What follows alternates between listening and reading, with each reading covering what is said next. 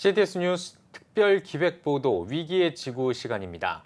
2050 탄소중립위원회가 5일 향후 30년 동안 탄소 중립을 실현하기 위한 시나리오 초안을 공개했습니다. 탄소 중립을 이루기 위해선 우리 사회의 모든 영역에서 대전환이 불가피한 상황입니다.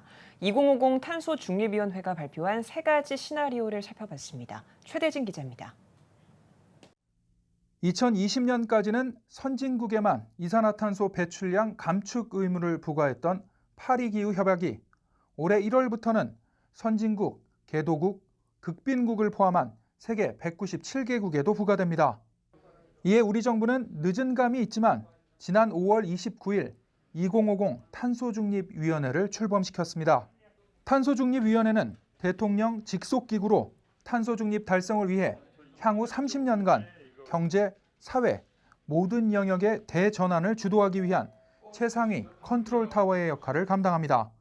탄소 중립이 왜 필요한지, 어떻게 해나갈 필요가 있는지 이런 부분에 대해서 사회적인 인식을 높이고 또 탄소 중립의 필요성이나 방법에 대해서 공감대를 확보하고 사회적 합의를 도출하는 그런 사회적 대화가 중요하죠. 그래서 탄소중립위원회는 바로 그런 사회적 대화의 장을 마련해서 보다 많은 사람들이 이런 대화에 참여할 수 있는 그런 역할을 하는 그런 기구입니다. 5일 윤순진 2050 탄소중립위원장은 탄소중립 실현 방향을 담은 2050 탄소중립 시나리오 초안을 공개하고 대국민 의견 수렴을 진행한다고 발표했습니다.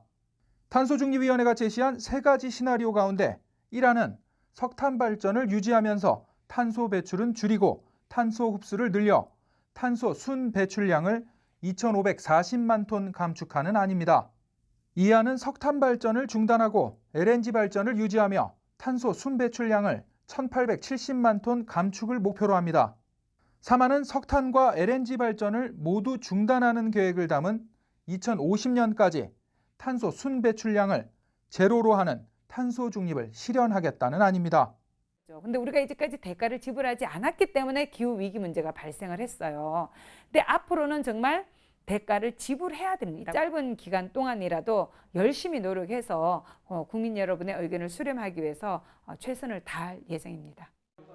2050 탄소중립위원회는 오는 9월까지 탄소중립 시민회의 등을 통해 대국민 의견 수렴을 진행한 결과를 반영해 최종 탄소중립 시나리오를 오는 10월 말 발표할 예정입니다. 또한 탄소중립위원회의 근간이 되는 가칭 탄소중립 이행기본법에 조속한 법 제정을 위해서도 주력할 계획입니다. CTS 뉴스 최대진입니다.